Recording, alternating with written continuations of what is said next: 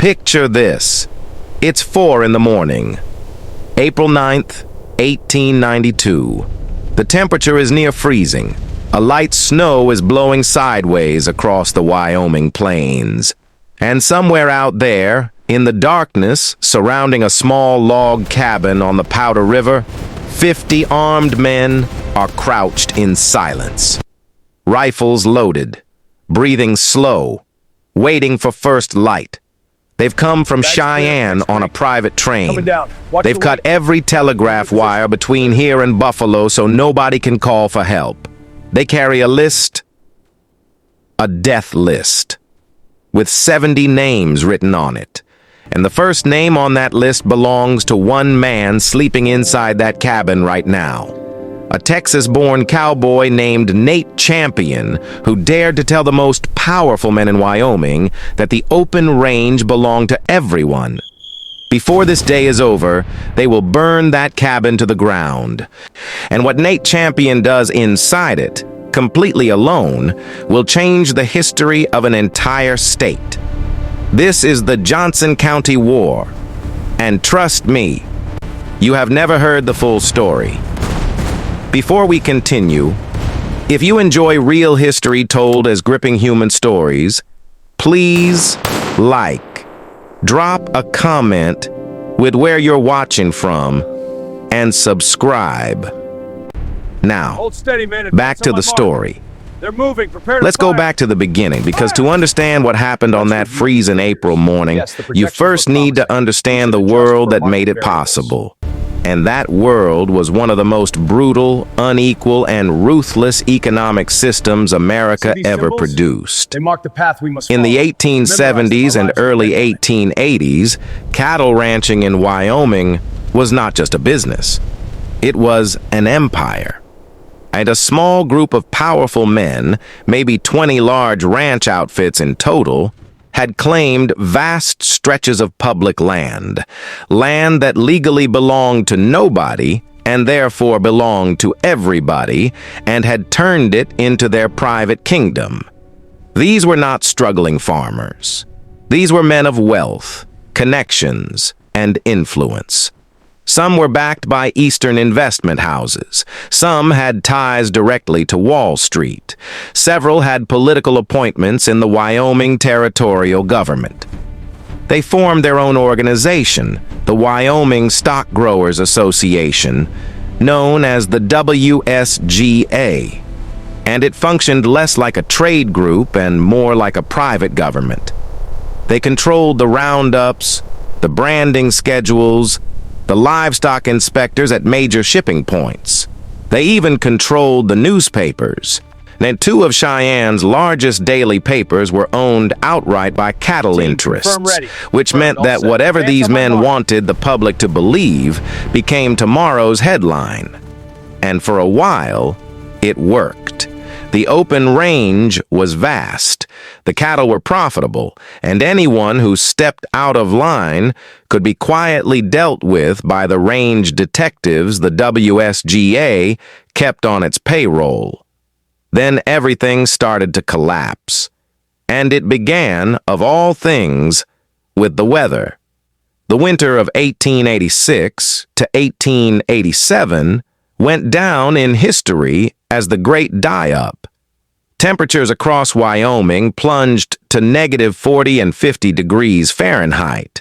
Blizzard after blizzard buried the open range under walls of ice and snow.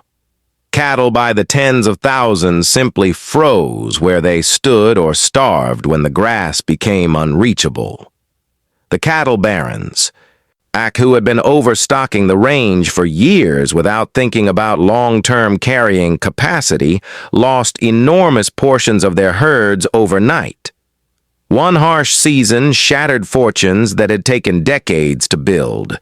Cattle prices then collapsed at the same time, because when every rancher tries to sell surviving cattle at once, the market floods.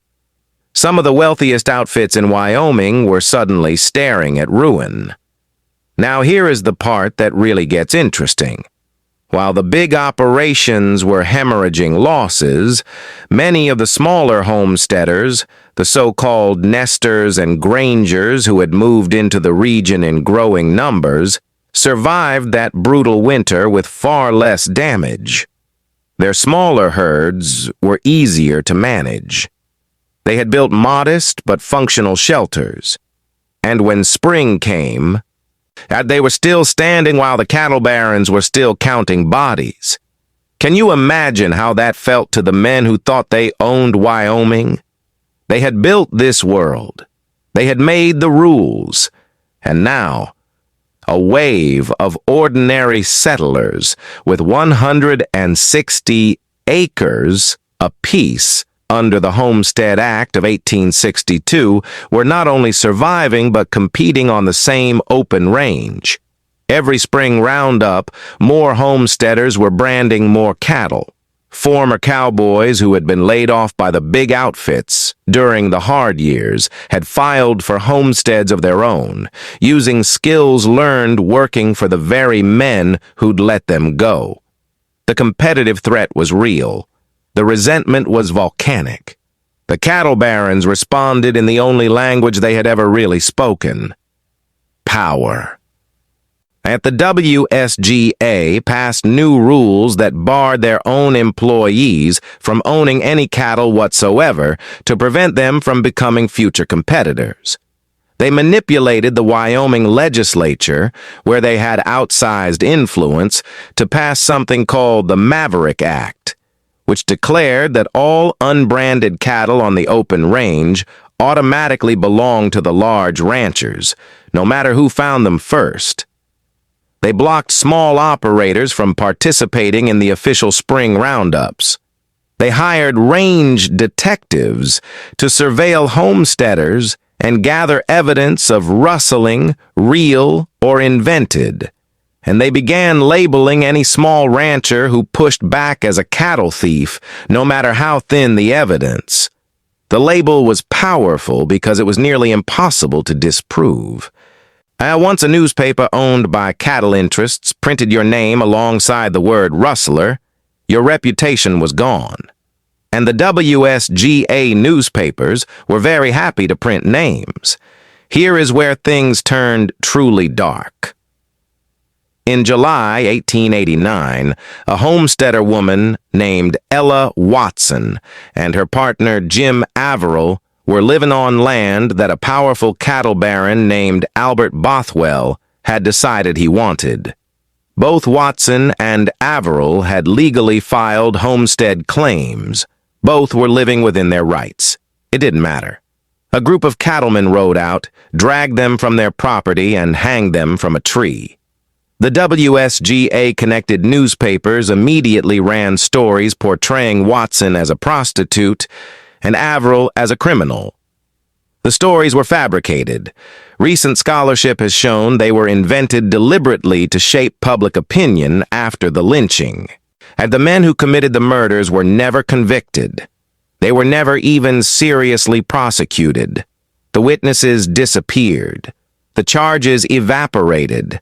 And in that silence, in that complete and terrifying absence of legal consequence, the cattle barons got a message they liked. They could kill. And no jury in Wyoming, no matter how righteous the case, would touch them. That impunity, right there, is what set the stage for everything that followed. Now let's talk about Nate Champion, because this man deserves to be known far beyond the borders of Wyoming. Nate Champion was born on September 29th, 1857, in Leander, Texas.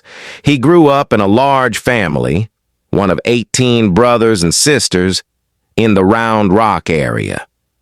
His father served as sheriff of Williamson County, and which tells you something about the family's relationship to law and accountability. Like many young men of that era in Texas, Nate eventually followed the cattle trails north to Wyoming, where he worked as a cowboy for several large outfits, including the Swan Land and Cattle Company. He was, by all accounts, skilled, steady, and well-liked. He understood cattle, understood the land, and understood the economics of ranching from both sides, as a hired hand and as an independent operator. By the early 1890s, Nate had established his own modest operation near the KC Ranch in Johnson County, running approximately 200 head of cattle. He was also becoming a leader among the small ranchers of the region, helping to organize an alternative to the WSGA's monopoly. And the Northern Wyoming Farmers and Stock Growers Association was formed by small operators who were tired of being locked out of roundups, blacklisted from branding, and denied any legal avenue to compete fairly. Nate was one of its driving forces. He even helped plan a competing spring roundup scheduled ahead of the one controlled by the WSGA, a direct challenge to the Baron's authority over the open range. That made him dangerous. Not dangerous as in violent. There was no credible evidence that Nate Champion was a systematic cattle rustler. And even the WSGA's own attorney, Willis Van Devanter, who would later become a justice of the United States Supreme Court, told the association privately that there was no real evidence against Champion. But Nate Champion was dangerous in a way that the powerful have always feared most. And he was organized. He was respected. He gave ordinary people the courage to stand up, and if he succeeded in building a rival association strong enough to hold its own roundup, the WSGA's grip on Wyoming ranching was finished. So they branded him the king of the cattle thieves. They invented a gang for him, called it the Red Sash Gang, a name pulled from thin air. Their newspapers ran the label repeatedly until it became accepted truth in certain circles, and they put his name first on the death list. On the night of November 1st, 1891, 5 months before the main invasion, a small squad of WSGA gunmen had already tried to kill Nate Champion at his cabin on the Hall Ranch. He woke up and fought them off, wounded one of his attackers mortally, and emerged with nothing worse than powder burns on his face. And it was an extraordinary act of survival, and it told him clearly they were coming back. He stayed anyway. By early 1892, the WSGA had decided that individual assassinations were too slow and too unreliable. They needed something bigger. Something final. A senior member named Frank Wolcott, a North Platte rancher and WSGA officer, led the planning. The association assembled a war chest estimated at $100,000. They sent agents down to Texas to recruit professional gunmen, men who asked no questions and knew how to shoot. 23 Texas gunfighters eventually signed on. Combined with WSGA members, their top employees, and a handful of stock detectives, including Frank Canton, a former Johnson County sheriff who had been running the WSGA's assassination squad since the previous year. The total force reached approximately 52 men. On April 5, 1892, that force boarded a secretly arranged train in Cheyenne. They carried rifles, dynamite, and according to one witness, enough ammunition, in their own words, to kill every person in the state of Wyoming. They also carried a list of 70 names, homesteaders, small ranchers, and local lawmen, including Johnson County Sheriff William Red Angus, who had sided publicly with the settlers. The plan was to ride north to Buffalo, eliminate the names on the list, and take control of the county before anyone could mount a legal or physical response.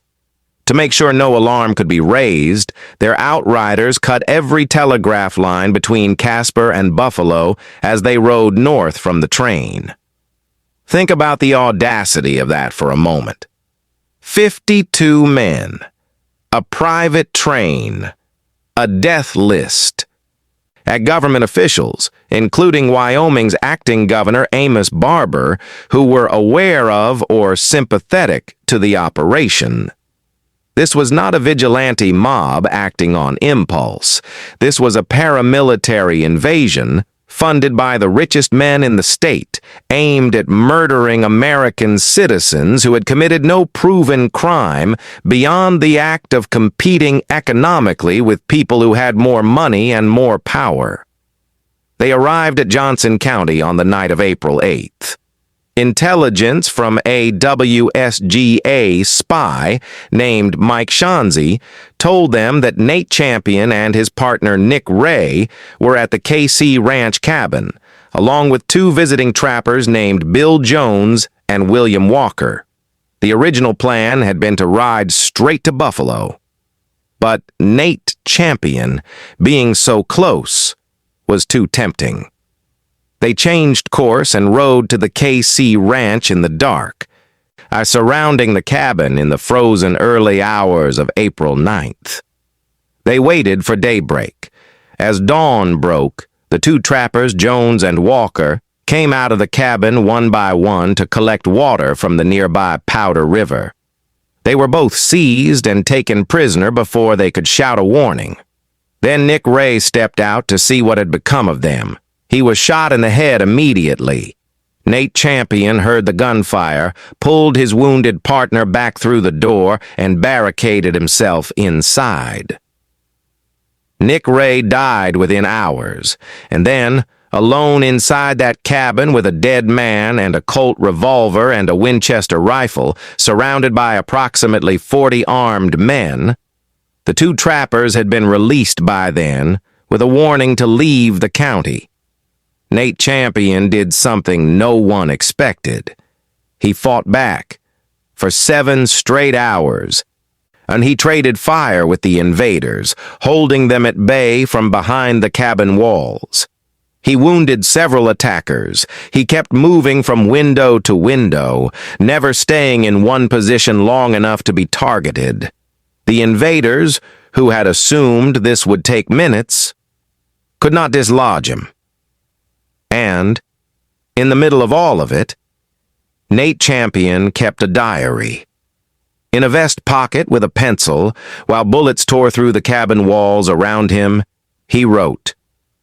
His entries capture one of the most extraordinary days in American frontier history, written in real time by a man who knew he was probably going to die. His first entry, recorded at 6 in the morning, noted that the house was surrounded by armed stockmen and that Nick Ray had been shot coming through the door. Later, he wrote that Nick was dead. Then he wrote about being alone, that he recorded the comings and goings of the invaders outside. He wrote the names of some of the attackers he recognized. He noted that he was watching and waiting. One entry, which has since been cited in historical accounts, read simply that he felt pretty lonesome and wished there was someone there to watch all sides with him. He signed the last entry with his name. When the cabin walls gave them no further hope of a quick victory, the invaders dragged a wagon close enough to the structure and set it ablaze. The fire spread to the cabin. With no other option, Nate Champion burst out of the back door running, a Colt revolver in his left hand and a Winchester rifle in his right. He was met by 4 men firing simultaneously and was struck by 28 bullets. He went down approximately 100 yards from the burning cabin, so the invaders pinned a note to his chest that read, "Cattle thieves beware." They also removed several pages from his diary, the pages where he had written the names of the attackers who had come for him. They did not know that 2 passers-by had witnessed the siege and had already ridden hard toward Buffalo to raise the alarm. Here is the part the cattle barons never calculated. Nate Champion's 7-hour stand had given Johnson County exactly the time it needed. When word reached Sheriff Red Angus in Buffalo that the invaders had killed Champion and were riding toward town, the response was immediate and overwhelming. Within hours, Angus had assembled a posse of approximately 200 armed men, homesteaders, small ranchers, townspeople, anyone who understood what was coming if the invaders reached Buffalo. This was not a mob. These were organized, determined citizens who knew the terrain, knew the stakes, and were furious. The invaders, aware that their cover was blown and that armed resistance was massing ahead of them, abandoned their march on Buffalo and took shelter at the TA Ranch on Crazy Woman Creek, fortifying themselves inside a log barn. The posse of 200 surrounded them completely. For 3 days, the invaders were besieged inside the very type of structure they had come to Wyoming to destroy. A homesteader's barn, on a homesteader's land. The homesteaders were not without tactical creativity. They constructed what they called an ark of safety, a mobile rolling fort made from reinforced wagon planks that allowed men to advance under cover toward the barn. They were also reportedly preparing to push a burning wagon directly into the barn, and a tactic that would have ended the siege with fire, just as the invaders had ended it for Nate Champion. But before that could happen, one of the invaders managed to slip through the lines and reach a telegraph office that had not been cut. A frantic message went to acting Governor Barber, who had been aware of the invasion from the beginning and whose sympathies were no secret. Barber immediately telegraphed Wyoming's 2 United States senators, who went directly to the White House. President Benjamin Harrison was reportedly awakened in the night to hear the request. He authorized military intervention, and within 24 hours, 3 troops of the United States 6th Cavalry from nearby Fort McKinney rode to the TA Ranch and placed the invaders under arrest. And the cattle barons had been saved from the consequences of their own actions by the President of the United States.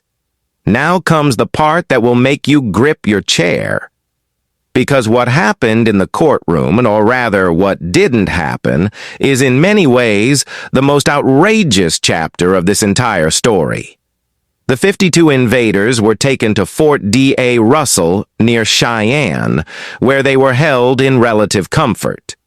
Comfortable enough, in fact, that the cattle barons threw a celebration party at the prestigious Cheyenne Club while their men were technically in custody, with acting Governor Barber himself listed as a guest of honor.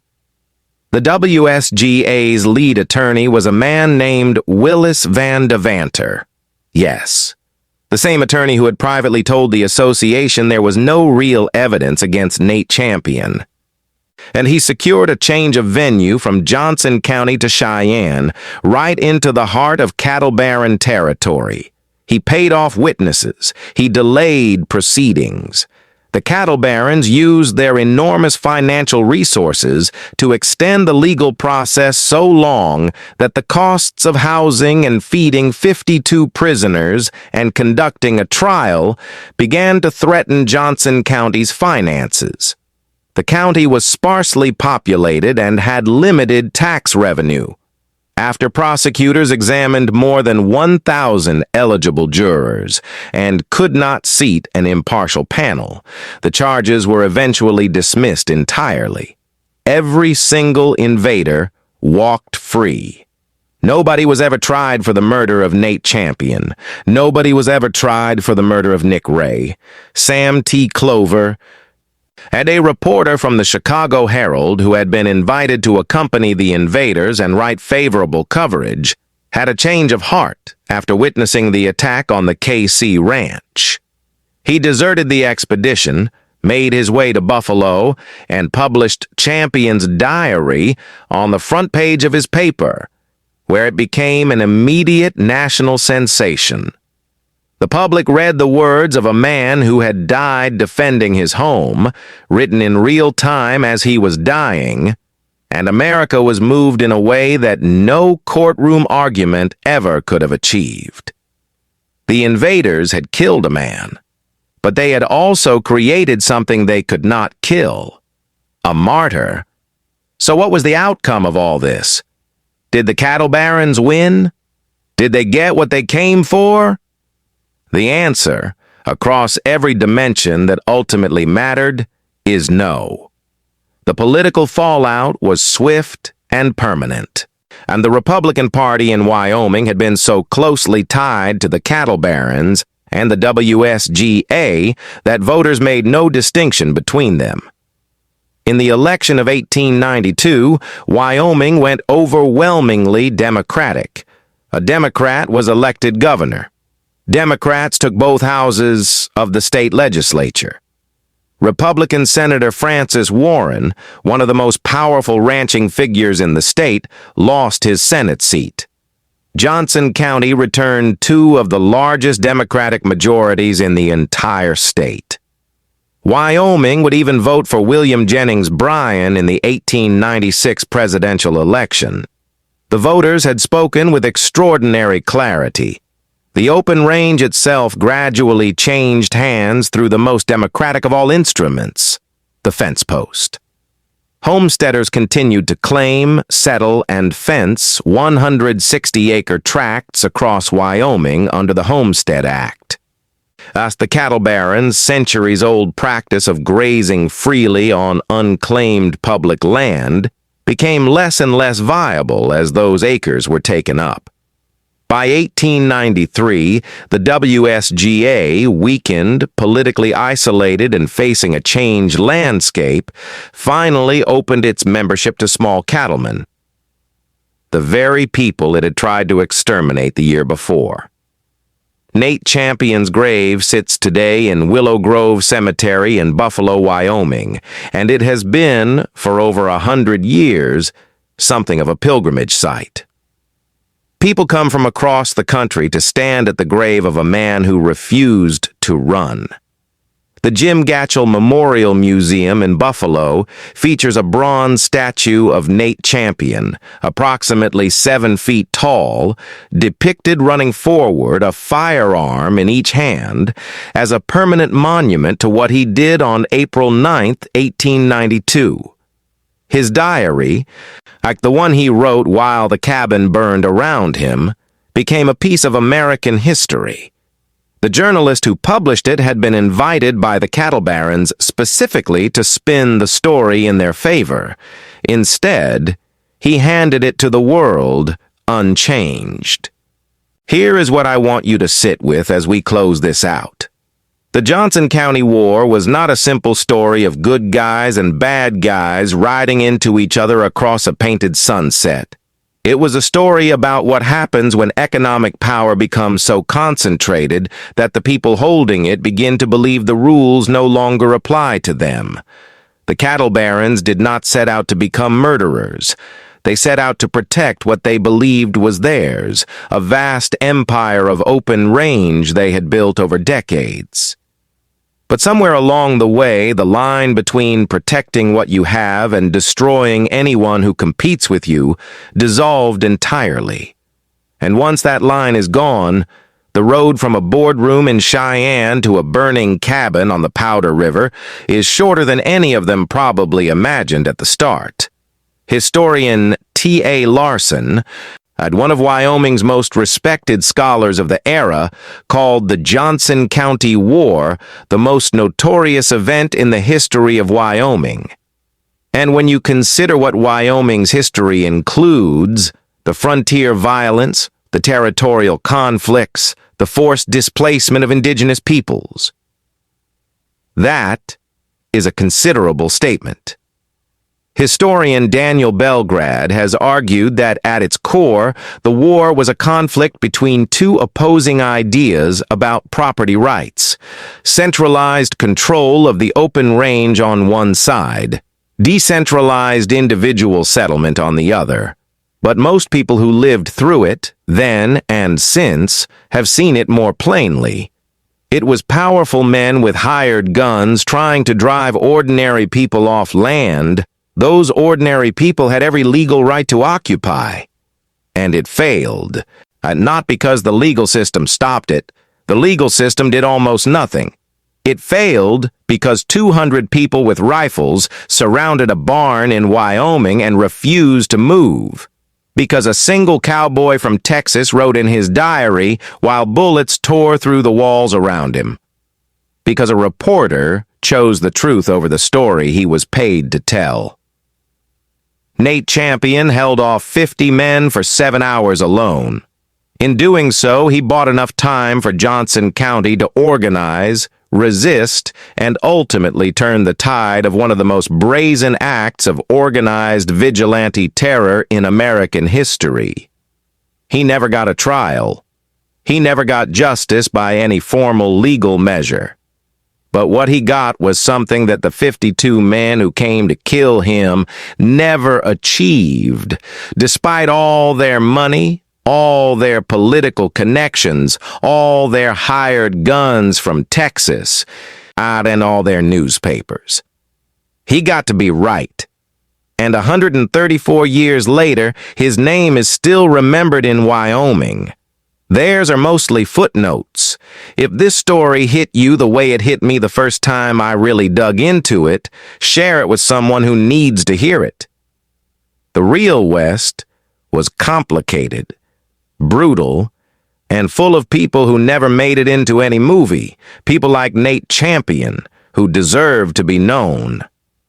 Drop a comment below telling me which part of this story shocked you most. And if you want to go deeper into the Forgotten Range Wars, the Lincoln County War, the Pleasant Valley War, the fence-cutting wars of Texas, stories just as wild and just as real, hit subscribe. Because we are just getting started.